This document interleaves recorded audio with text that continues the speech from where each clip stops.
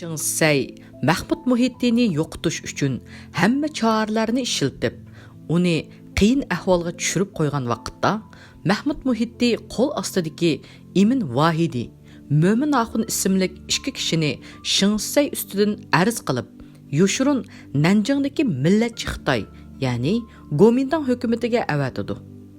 Bu vakillar Nanjingda Gomindangning ba'zi amaldorlari bilan oxirida millatchi Xitoyning boshlig'i Zhang Jieshi, ya'ni 1887 dan 1975 bilan ko'rishgan bo'lsa-mu, natija chiqmaydi. Mo'min Axun yoshuruncha qo'milga kelganda, Shingsayning jasuslari uni qo'lga oladi. Imin Vahidi ilojsiz Lanjuda turib qoladi. 1936 yili 9 oyda Sovetlik Aprosov degan odam Qashqarga kelib, Mahmud Muhiddi bilan ko'rishib, uningga "Mening siz bilan ko'rishishimning sababi, siz hukumatga norozi bo'lib, mustaqil Sharq Turkiston davlati qurmoqchi bo'libsiz. Shu sababdan siz Yaponiyaga ikki vakil avatibsiz. İkki odamingizning biri biz tarafdan qo'lga ilindi. Siz mundaq qilmang. İttifoqlashganimiz yaxshi", deydi. Bu kunlarda garchi harbiy qismdagi xoin sotqunlar ko'plab oshkorlangan bo'lsa-mu, ularning kimlar ekanligi va sonini aniqlashga mumkin bo'lmaydi. 1937 yili 3-oyning oxirlari Shingsay Mahmud Muhiddini 3-navbatlik xalq qurultiyiga qatnashib, yangi vazifa topshirib olishi uchun Urumchiga kelishni uqtirdi. Mahmud Muhiddi Shingsayning o'zini yo'qotishga rasmiy otlanganligini sezib, garchi Shingsayga qarshi chiqish amaliyotda Sovet ittifoqiga qarshi chiqqanlik bo'lsa-mu, qat'iy bir qarorga kelib, Shingsayga qarshi urush qilish uchun yaqin odamlarni yig'ib muzokara qiladi. Lekin muzokaraning ahvolini maslahatga chaqirganlardan bir munofiq Qashqar garnizonga va Sovet elchisiga ma'lum qilib qo'ydi. Shuning bilan Mahmud Muhiddining bu plani mag'lub bo'ladi. U ikkinchi qitim yana tavakkul qilib, oxirgi qitim urush qo'zg'ash uchun eng yaqin kishilarni chaqirib, muzokara ilib berishni planlayotgan vaqtda mundaq bir g'alati ahvol yuz beradi. Qashqarda bir jujang Xitoy bo'lib, u Qashqar pochta idorasining boshlig'i Xitoyning ayoliga kuyib qolgan ekan. Bu Xitoy bir odamini Mahmud Muhiddiga avatib, agarda Mahmud Muhiddi pochta idorasining boshlig'ini jazolab, uning xotinini o'zining elishiga yordam qilsa, Mahmud Muhiddining armiyasi ichidagi shpion, xoinlarning ismi yozilgan maxfiy hujjatni Mahmud Muhiddiga topshirib bermoqchi bo'ladi. Hamda pochta idorasining boshlig'ining cho'ng bir xatoligi borligini aytib, qonun bo'yicha uni jazolashning yo'llarini aytib berdi. Shuning bilan Mahmud Muhiddi Shingsay tarafidan 7-chisla avatilgan o'z askarlari ichidagi munofiqlarning tizimligi yozilgan maxfiy hujjatga erishdi. Mahmud Muhiddi hujjatni ichib o'qib, hujjatda yozilganlarga ishonolmay qoladi. Hujjatga Shingsayning o'z imzosi qo'yilgan bo'lib, Mahmud Muhiddining Urumchiga o'rganishga borgan bir qism muhim odamlarining ismi yozilgan edi. Mushu ishdan keyin Mahmud Muhiddi qaytadan qurolliq qo'zg'alib chiqishining imkoniyati qolmaganligini cho'nqur his qilib yetadi. Bu vaqtda uning oldida ikkala yo'l bo'lib, biri o'limni kutib yetish, yana birisi chet elga hijrat qilib chiqib, Sharqi Turkiston inqilobiga ko'ngil bo'ladigan biror davlatning yordamini qo'lga keltirib, qaytib kelib, yangidan inqilob boshlash. O'ttirida yolg'iz qolgan Mahmud Muhiddi amalsiz ba'zi yaqin odamlarning maslahati bilan vaqtliq hijrat qilishga majbur bo'ladi. Lekin Qashqar yangi shahar sepili ichiga o'rinlashgan, o'zini kecha-kunduz paylab turgan garnizon qo'mondoni Lyubingni qandoq azg'ashtirib Qashqardan chiqib ketish boshqa turadigan cho'ng bir masala edi. Bir kuni Mahmud Muhiddi 30-40 odami bilan yangi shahar sepili darvozasi oldida paydo bo'ladi. Bu xabarni anglagan Liu Bing askarlarini to'liq tayyorlik qilishga buyurib, o'zi qattiq taajjub ichida Sepil darvozasidan Mahmud Muhitti bilan ko'rishgili chiqdi. Mahmud Muhitti darhol otdan tushib, uning bilan qizg'in ko'rishgandan keyin uningga: "Biz uzundan buyon yeb yetib, o'rnishib qoldik. Havo yegach, attiganlik chiniqishga chiqqan. Janoblari bahuzur aram olg'ay" deb itiga minib, hamrohlari bilan Sepil yaqalab sahro tarafga yurib ketdi. Bu vaqtda Liu Bing otlarining keynidan uzungacha qarab turib qoladi. Ularning harakatini kuzatish uchun keyniga odam qo'ydi. Shu kunidan boshlab attiganlik chiniqish har kuni o'z qaralida bo'lib turadi. Otliqlar berib qaytishda har qitim Sepil tevidan o'tganda qarovullar bir qitim jiddiylashidi. Kunlar o'tgancha mundaq jiddiylashishmi paslab boradi. Yana bir tarafdan Mahmud Muhitti Shingdobanga javob telegramma yozib: "Muhtaram Shingdoban janoblari, hozir Qashqardagi harbiy qismning ichi anchila tinch emas. Bir qism johil ofitserlar va askarlar bo'yintovliq qilib jahonni malaman qilish ko'yida bo'layotdi. Ularni niyatidan yondirish, harbiy intizomni chingitish bilan qo'lim bo'shamayotdi. Men yo'q mazgilda nodonlarning ish terib, avomni parakanda qilib qo'yishidan ansirab turyotaman. Shunga hozircha og'am Musul hoji huzurlarga boradi. Ishlar iziga tushgandan keyin o'zim qubullarga boraman" deydi. Demisimi, shu mazgillarda 6-diviziya ichidagi bir qism kishilarning qo'zg'alib, jang bilan ishni hal qilish niyatida bo'layotganligini Shingdoban bilatdi. Agar Sovet ittifoqi orqa terak bo'lmasa edi, Shinsay hech narsa emas edi. Shunga Shinsay Mahmud Muhittining telegrammasiga boshqacha fikrda bo'lmaydi.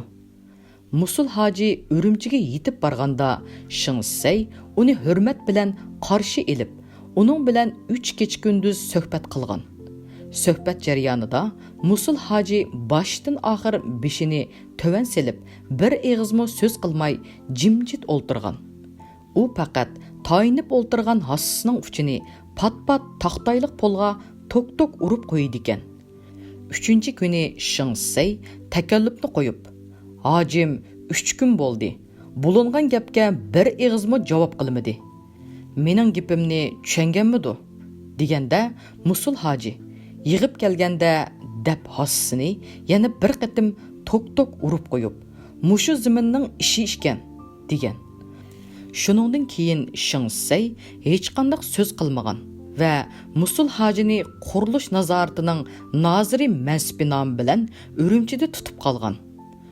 Uzun o'tmay Mahmud Muhitti Shinsayga yana bir telegramma yozadi. "Hozir Qashqardagi harbiy qismlarning ichi bir qadar tinchlandi. Kamina Duban janoblari bilan didorlash uchun Urumchiga berishga taraddudlandim. Shundaqdimi amdila tartibga tushgan harbiy ishchining tinchligiga kapolatlik qilish uchun men yo'q mazgillarda eng nopozli kishi og'am Musul hojimning Qashqarda turib bermiki zo'rirdak turdi. Musul hojim Qashqarga kelgan hamon peqir yo'lga chiqadiganligimni janoblarga ma'lum qilaman." Mahmud Muhittini Urumchiga akilish Shinsay uchun bakmo muhim ish edi. Shinsay ishni osonroq hal qilishni o'ylaydi. U sal gumonlangan bo'lsa-mu, Musul hojini darhol Qashqarga yo'lga selibetdi. Mahmud Muhitti Turpandagi bir korizni 400 sar oltinga sotdi. Yana boshqa mol mulkini 400 sar oltinga setib, 800 sar oltin tayyorlaydi. Bulardan 400 sar oltinni Abduqodir Damulla degan kishiga topshirib chatalga o'tkazmoqchi bo'lganda, yo'l ustida Shinsayning odamlari tarafidan musodara qilinib ketdi. 1937-yili 4-oyning 8-kuni payshanba ataganlik chiniqishda Mahmud Muhittiga Shijang aksi Musul hoji qo'shilib, Turponliq Bayoxun Azizi, Qashqar Qizil Dövlik To'xti hoji, Turponliq Hamdulla, ya'ni bu odam Ladaq yo'lini obdan biladi. Abdulla Damulla Nayim qatarlıq 30 neçə adamını elib sepil tüydün ötkəndə sepil üstüdəki əskərlər miltiqlərini qoltuqlaşıb əsnəb olturşudu. Atlıqlarının məşiqdən qaytmağanlıqı bilənmi heç kimnin karı bolmaydı. Ular Qızılның kövrükiga kelgəndə İbrahim Töncan etini soğarğan bulub, topdan ayrılıb, daryo ishchi bilan qochqinicha Udul, Qashqardagi Sovet elchixonasiga kirdi. Mahmud Muhiddiylar shu mang'inicha Yangisarga yetib bordi. Mahmud Muhiddiy mingish oldida 2-tuanning Tanjangi Qurbon Niyoz shohidi boshliq kommunist parazlarni yo'qotish uchun shoyorlik podpolkovnik Yaqubga buyruq qilgan. Podpolkovnik Yaqub Lianjang Rahmatullah Qari, Lükçüllük Sabit Muhiddiy Axunum, o'g'li Sali Lianjang, Abdulla Axunlar bilan birlikda buyruqni ijro qilish uchun atlanadi. Shu kuni dal namoz shamda Yaqub tapanchi bilan Qurbon Niyozni otadi. Qurbon Niyoz o'lmay putidan yarador bo'ladi. Yaqub tapanchisidan ikkinchi qitimliq o'qni uzgunida shtab xizmatchilaridan biri Yaqubni otadi. Yaqub yarador bo'lib tutiladi. Namoz shamga 20 minut qolganda plan butunlay pash bo'lib qoladi. Shuning bilan Qurbon Saidi, Qari Lianjang, Sali Lianjang qatorliqlarni bir-birlab ishxonaga chaqirib, etib tashlaydi. Shtab ishxonasiga chaqirganlarning chiqmaganligini ko'rgan Qari Lianjang, Sali Lianjangning askarlari oldin ola to'qib tayyorlab qo'ygan otlarini minib, Udul Yangisarga qochadi. Qashqardagi 2-tanning qolgan askarlarimi chekinib Yangisarga boradi va bo'lib o'tgan voqealarni bir-birlab Mahmud Muhiddiyga doklad qiladi. Mahmud Muhiddiy 33-polikni jiddiy holatga o'tkazib, Abduniyaz Kamal, ya'ni 1910 1937 ning 1-Leninni Yapchanga mudofiyada turishga avatadi. Arqadilla Yangisar hokimi Uyg'ur, bojxona boshlig'i Xitoy, saqchi boshlig'i Xitoyni chaqirtib kelib, polik shtabida so'roq qiladi va hokimni qo'yib etib, ikki Xitoyni polik shtabining beg'ida etib etib yo'lga chiqadi. Mahmud Muhiddiy Yangisardan yo'lga chiqib, To'pluq degan yerga kelganda Xotandan qaytgan Angliya elchisiga uchraydi. Uning bilan yarim soat so'zlashib yo'lga ravon bo'ladi. 40 nafar askar Mahmud Muhiddiylarni yo'l bo'yi qo'g'dab mangdi. General Mahmud Muhiddiy shu oqshimi Yangisardan yo'lga chiqib, Ladaq yo'liga tushdi. Kachonga kelganda Qashqar garnizoni qurol yaroq boshqarmasining muavin boshlig'i İlyas qo'lida ko'yza, eshakka mindirilib, ikki puti eshakning qo'rsqi ostidan sho'yni bilan chetilgan holatda keltirildi. Mahmud Muhiddiy İlyasdan "Sen qayerlik?" deb so'raydi. İlyas "Men turpanliq taqsir" deb javob beradi. "Sen musulmonmi?" deganda İlyas "Alhamdulillah musulmonman" deb javob beradi. Mahmud Muhiddiy darg'azab bo'lib "Yo'q, yolg'on. Sen kofir. Agar sen musulmon bo'lsang, mening gapimni anglayding. Men Uyg'ur qismlariga ko'proq qurol yaroq, o'q-dori berib turgan desam, anglamading emasmi? Badbaxt. O qurollar menga lozim edi" deydi. İlyas "Lyusilingdan buyruq bo'lmasa qandoq bera alayman" deydi. Mahmud Muhiddiy "Menchu, men nima?" deb so'raydi. İlyas "O'zlari siling" deydi. Mahmud Muhiddiy texmi qattiq g'azabga kelib, "Hay badbaxt, Xitoyning gapini anglaysan-yu, mening gapimni nimishqa anglamaysan? Sen mal'un, O'rus konsuli bilan Lyusilingga josuslik qilding. O'z qarindoshlaringni, vataningni satding. Endi sana o'q ziyoda ketadi. Qilich bilan chepish kerak" deydi va orqadan "Xayr bo'pti, etivitinglar" deb buyruq qiladi. Va yerlik kishilarga uni ko'mib qo'yinglar deb tapilib yo'lni davomlashtirdi. Mahmud Muhiddiy yakanga berib, Maxusan qismlarga "Men Shingdoban bilan buzilishib qaytib chiqdim. Xotanga berib Maxusan bilan ko'rishiman" deb xat yezib avatadi. Tungallar hayron bo'ladi hamda xushal bo'ladi. Shunga ular Mahmud Sijang kelgudek deb o'tanglarga ziyofat o'rinlashtirib tayyorlik ko'rdi. Shunda qilib Ladakh yo'li bo'sh qoladi. Mahmud Muhitti Ko'kyarga yetib borganda o'zlarini qo'g'dab kelgan askarlarga xitob qilib, biz Hindistonga mangdiq. Maqsadimiz chet eldan yordam elib qayta inqilob qilish. Shinsay bilan Sovetning meni yo'qotish uchun qilmag'ini qolmadi. Ular hech bir iloj qilolmay o'z odamlarim orqali meni o'ldirmoqchi bo'ldi. Men Shinsay hukumati bilan so'qishishni o'yladim. Biroq qo'mondan askarlarimiz ichida munofiqlar ko'payib, qurolliq inqilob qilishning imkoniyati qolmabdi. Oxiri bulanmay aziz vatanimni tashlab, chet elga musofir bo'lib chiqib ketishga majbur bo'ldim. Men 1 yil ichida qaytib kelaman. Shuninggacha qo'linglardagi qurolni mahkam tutib turinglar. Agar men kelmaydigan bo'lsam, qiyomat kuni qo'linglar yaqamda bo'lsin. Hukumatning yomon ko'rgan odami bilan sizlarga hech gap kelmaydi. Birodarlarim, bollarim, sizlar jafo chekib bu yiroq yerga keldinglar. Men sizlardan u dunyo ham bu dunyo ko'p rozi. Mendan rozi bo'linglar, deydi. Bu vaqtda Mahmud Muhittining ko'ngli yerim bo'lib, o'zini tutib ololmay ixtiyorsiz yig'lab ketadi. Buni ko'rgan butun ofitser askarlar qattiq yig'lab jangalni bir oladi. Mahmud Muhitti askarlarga pul tarqitib beradi.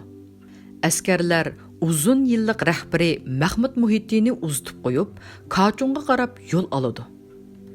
Mahmud Muhitti hamrohlari bilan Ladakha yetib keladi. To'xta Hoji urdu tilini yaxshi bilgachga tarjimonlik qiladi. Bular Ladakhda 8 kun turib Kashmirga boradi. Bu yerdagi inglizlar Mahmud Muhittilarning rasmiyatlarini o'tab, qurollarini topshirib oladi. Mahmud Muhitti bilan Ablada Molla Kalokottoga berib millatchi Xitoy elchisidan pasport talab qiladi. Mahmud Muhitti Bay Azizga 100 dollar berib Nanjingga avatadi. Bay Aziz bir yapon paraxoti bilan Nanjingga berib Mas'ud Sabri Bayqozi, ya'ni 1887 dan 1952 va Isa Yusuf Aliptekin, ya'ni 1901 dan 1995 lar bilan ko'rishidi. Ularning yordamida 9-oyning 19-kuni Jang Jeshi bilan ko'rishib, birinchi biz Mahosanga ishonmaymiz. Ikkinchi, Shinsay Sovet taraf bo'lib ketdi. Uchinchi, bizga qurol bersin. Sharqiy Turkistonga vakil avatib, Shinsayni yo'tkab ketish kerak degandan iborat 3 turlik talab sunudi. Jang Jeshi, sizlar jafo chekdinglar deb quruq gap qilib, Chinlifu ismli Xitoy bilan so'zlashinglar deydi. Bay Aziz Chinlifu bilan ko'rishganda u avval Yang Zingshinni askidinglar, keyin Jinshurinni askidinglar. Amdi Shinsayni yomon desanglar, sizlarga men osmondan farishta taklif qilib, rais qilib beratdimmi? deydi. Bay Aziz bu ahvolni xat orqali Mahmud Muhittiga ma'lum qiladi. Bu arada Mahmud Muhitti 90lik Mahid Tuanjang, Abdulla Damollam, Baudun Hoji qatorliq kishilar bilan birlikda haramga berib haj qilib, u yerdan Turkiyaga berib, hech qanday natija ololmaganligidan keyin yana Hindistonga qaytib keladi. U chaqlarda Hindistonliklar hamisha namoyish qilib Angliya hukumatiga qarshi turadi. Mahmud Muhittining ba'zi hamrohlari bekorchilikda zerikib, o'ginib olgan necha eg'iz orduchi gapiga tayinib namoyishchilarga quruq shuar to'limay, qo'linglarga qaltak ilib namoyish qilinglar deb o'rgatgan ekan. Hindilar bu gapdan xeyli ta'sirlanibdi. İngiliz hukumati buni sezib olib, Mahmud Muhitti kelgan hamon qo'lga elib 27 kun qamab qo'ydi. Keyin 3 kun ichida Hindistondan chiqib ketishni talab qiladi. Shuning bilan Mahmud Muhittilar Hindistondan ayrilishga majbur bo'ladi. Mahmud Muhitti To'xta Hoji qatorliq 4 kishi Yaponiya paraxoti bilan Xitoyning Shanxay shahriga berib, 3 kun turgandan keyin Yaponiyaga bordi. U 1939-yili 12 oyning boshlarida Tokyoga yetib berib, Sharqiy Turkiston istiqlol uyushmasi nomida bir tashkilot qurdi.